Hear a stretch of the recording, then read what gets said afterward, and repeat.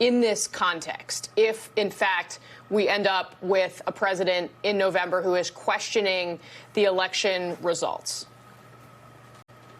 Look, Republicans already bear responsibility for voting against impeachment and leaving a man in the office who was capable of doing anything, violating American law just to stay afloat politically. And those who are enabling these abuses should understand that they will be treated as accomplices.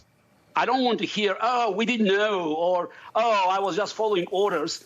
Maybe they didn't know in 2016, but now in 2020, they know who Trump is and what Trump is. And I think that should be a very clear message from the voters, because the only way to stop these abuses is deterrence, because we don't know exactly what is coming.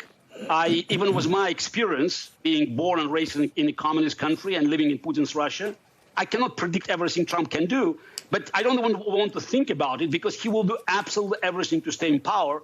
And every Republican who is helping him of doing so must be held accountable when it's over. Mr. Kasparov, what about authoritarianism as it's sweeping across Europe right now? Can you speak to that and what your organization is doing? I saw a large group of protesters in Germany that had neo-Nazi connections over the restrictions that have been placed in Germany around this virus. Is this a problem that you see not just in the United States, but really other democracies across Europe that have traditionally been our allies? Absolutely. We could see that this virus is spreading around Europe. You can look at Hungary, for instance, where the far-right government violating even the European Union rules. And you can hardly call Hungary democracy today. You have many questions about Poland, but all over Europe, you can see the rise of far-right groups, by the way, also far-left groups.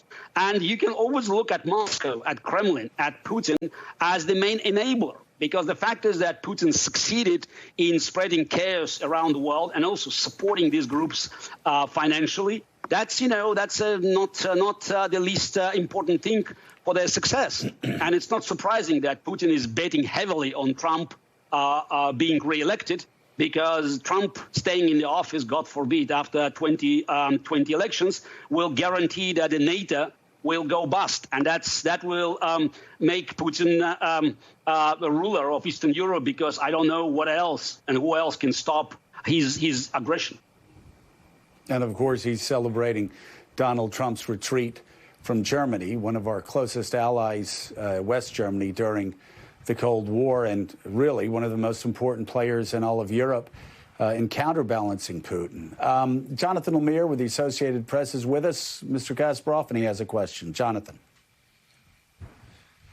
Mr. Kasparov, I was hoping you could actually walk us through sort of the worst-case scenario here in November in the United States. You've mentioned how the president seems to be sabotaging the Postal Service. You have talked about how he may undercut testing to keep the numbers down, to make it look like there's progress, perhaps, battling the COVID-19 pandemic when there really isn't. What else could he be doing? How carefully should Americans be watching, say, the Department of Justice under Attorney General William Barr, other levers of government the president might use? What could you see as a darkest case scenario if we don't have an obvious result on the election of the results on election night? What could the president do? No, anything but landslide victory for Democratic ticket may lead to this kind of catastrophe, to this doomsday scenario. Because I think if Trump has one chance of staying in power by violating, if not the laws, but some kind of traditions and just finding the loopholes, and sadly there are too many in the current regulations, he will definitely use it. And the country being divided, fighting against each other, that's a dream not only for Putin, but for every authoritarian regime in the world. So that's why giving Trump, any chance of surviving politically and staying in power could be disastrous for America. And of course, it will lead to the collapse of the alliances like NATO, and many American allies, traditional allies in the world, will have to think again, so how they should position themselves. And every country that's stuck in the middle will have to make cut deals with the authoritarian regimes to survive.